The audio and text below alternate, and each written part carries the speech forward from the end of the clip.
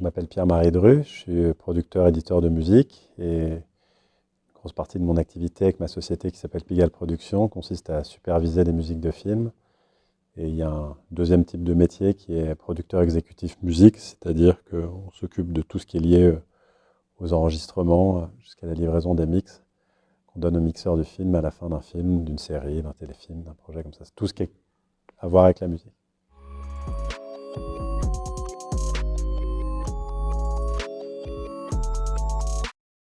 Il y a différents volets. Il y en a un qui est vraiment artistique. C'est souvent, on accompagne le réalisateur dans ses choix, le choix du compositeur, les couleurs musicales, quand il a besoin d'aide, c'est souvent le cas. Il y a tout un volet plus technique, ce que je vous racontais. Est-ce que sur le tournage, il y a besoin d'enregistrer de la musique, comment on fait? Il y a des volets juridiques, on négocie les contrats des compositeurs, des musiques qu'on achète qui viennent du commerce, d'artistes connus ou moins connus. Après, une grande partie du travail, en termes de quantité de travail, c'est quand même comment on enregistre la musique, comment on la produit, comment on la mixe. Ça se passe plutôt à la fin du montage des films ou des séries.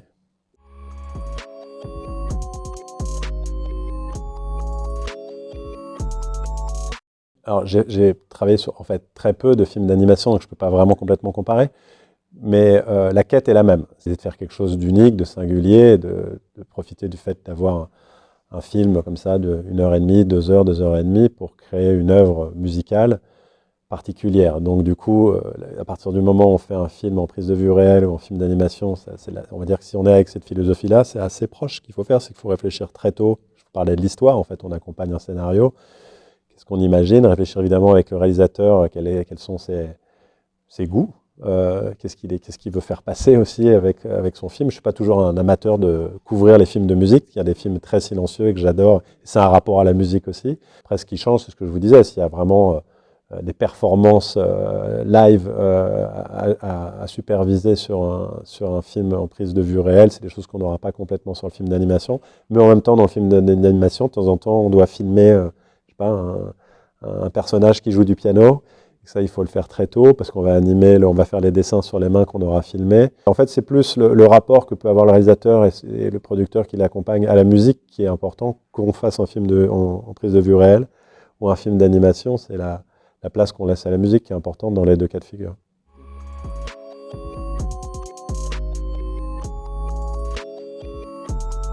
Je différencierais déjà la musique originale créée spécialement pour un film, une œuvre, et la musique additionnelle, c'est la musique qui existe avant, qu'on entend à la radio, qu'on achète pour le film. On a un rapport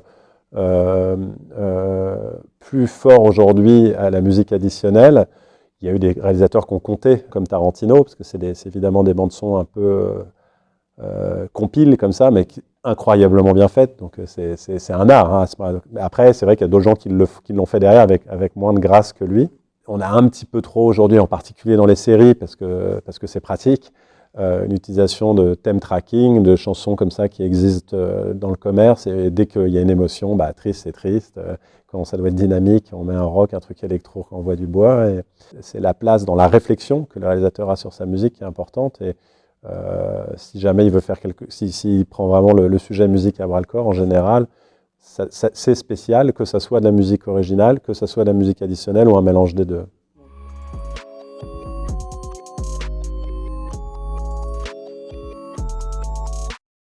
Il y a certains films, et c'est le cas d'Annette, où on a des choses à préparer sur le tournage. Bon, il y avait 3-4 scènes clés. Il y a en particulier un plan aux 2 tiers du film, je ne vais pas le spolier, mais il y a un personnage qui s'appelle le conducteur, qui accompagne Marion Cotillard au départ au piano dans le film, puis qui devient chef d'orchestre. Et ce chef d'orchestre conducteur, il y a une séquence où là, on a un plan séquence à 360 degrés autour de lui avec la caméra.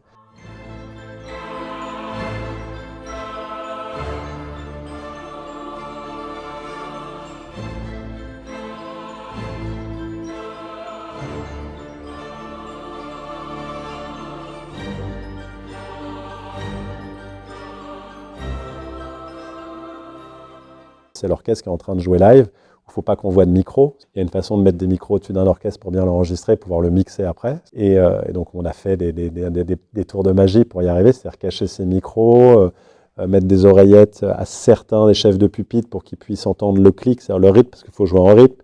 On a dit à certains musiciens de ne pas jouer parce qu'on s'est rendu compte que ça allait nous abîmer l'enregistrement original. Donc il y en a 2-3 qu'on a rajoutés en post-production, comme de la harpe. Si vous regardez la harpiste, elle ne touche pas les cordes. Voilà, quoi, des artifices comme ça pour qu'on y arrive. Et je suis vraiment content et fier de cette séquence, parce que c'était un truc très particulier à mettre en scène. Et voilà, on a fait 24 prises. Et pour l'anecdote, il y a quelqu'un d'important sur la musique de film qui est Clément Ducol, qui a orchestré toutes les musiques. Le chef d'orchestre comédien dirigeait l'orchestre, mais c'est pas son métier, et ils avaient du mal à le suivre, c'est déjà assez compliqué comme ça. On a mis Clément assis derrière la caméra de Caroline Champetier, et en fait, pendant toute la journée, il a tourné, et il dirigeait l'orchestre en tournant comme ça, et eux, ils le suivaient, ils faisaient attention de garder un regard assez fixe, mais ils avaient vraiment un œil sur lui, sur la mesure, et pour pouvoir jouer comme il fallait, c'était avec le bon tempo et la bonne attention.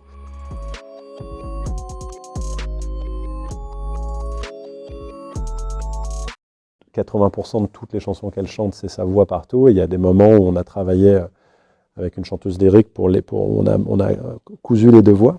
Mais pour arriver à faire ça, il fallait que Marion arrive à un niveau de performance vocale très important. Donc elle a travaillé sa voix pour essayer d'être une chanteuse lyrique, qu'elle ne sera pas.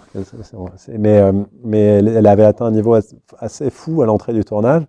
Et donc son geste, la façon de placer la tête, le visage, le corps, et même le son et le chant qu'elle a pu produire nous ont aidés. On s'en est servi beaucoup, et souvent c'était sur les parties opératiques dans le film, on s'est servi de sa voix pour après les coudre avec celle de Catherine Trottmann, qui est la chanteuse lyrique.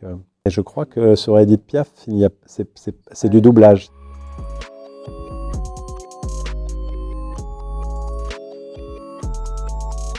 Jérémy Clapin, le réalisateur, c'est un grand amateur de musique, et quand Dan est arrivé, il est arrivé avec une musique très très puissante, beaucoup plus que ce qu'imaginait Jérémy au départ, je pense. Il est arrivé surtout avec une écriture très puissante, très singulière, avec ses flûtes électroniques, des choses comme ça.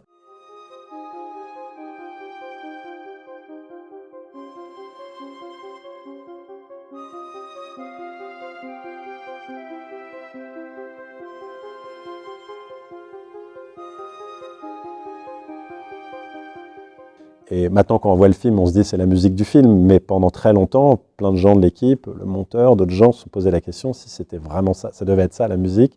Et donc une partie de mon travail, c'est d'accompagner les gens pour leur dire qu'on est sur la bonne voie. C'est des moments un peu fragiles quand on crée, il faut se faire confiance, donc il faut dire au réalisateur qu'il a raison de partir dans cette direction-là, que ça va être bien.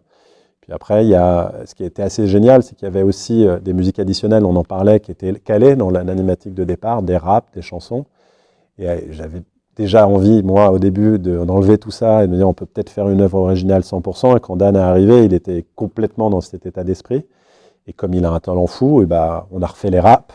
On a travaillé tous les morceaux avec Dan en production. Et la musique, du coup, a une place incroyable parce qu'elle vient faire la liaison entre ces 3 ou 4 niveaux d'histoire. Jérémy, au départ, je pense qu'il voulait un truc un peu plus droit. Et Dan a plongé dans l'intérieur de ce que les sentiments des personnages. Mais un truc assez original pour un film d'animation, c'est que normalement, un film d'animation, on fait un peu de Mickey Mousing, c'est-à-dire qu'on accompagne les mouvements plus. Donc on aurait pu accompagner la main en musique, on ne l'a pas fait. Là, il n'y a quasiment pas de musique sur la main, c'est que du son. Et ce qu'on a joué en musique, c'est plutôt la vie intérieure, les émotions, les sentiments des personnages principaux, des émotions fortes, les souvenirs d'enfance, des choses comme ça, qui sont mis en musique. Du coup, on est touché. Et le dessin nous touche, et après, ça ne devient plus qu'une chose. On ne sait plus ce qu'est le dessin en musique, ça devient un film incroyable. C'est vraiment, c'est un des films les plus fous sur lesquels j'ai travaillé, sur ce rapport-là, comment tout vient aider tout pour que le film soit le mieux possible à la fin.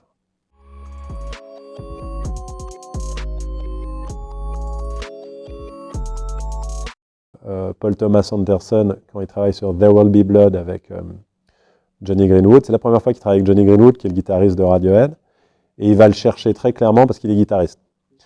Et évidemment, Johnny Greenwood, c'est son premier film, c'est un grand créateur, il a envie de s'amuser, de faire essayer quelque chose, et il se dit, non, ce film-là, on est dans le Texas, là, il y a Daniel Day-Lewis qui est en train de piocher les cailloux pour aller chercher du pétrole, et il vient avec un orchestre symphonique, il va chercher un orchestre à Londres, Johnny Greenwood, qui accepte de faire d'expérimentation. Souvent, les orchestres, il faut vraiment qu'on ait les partitions, et là, ils acceptent d'essayer des sons bizarres, de faire des dissonances, plein de choses, avec tout ce qu'on peut faire avec un orchestre.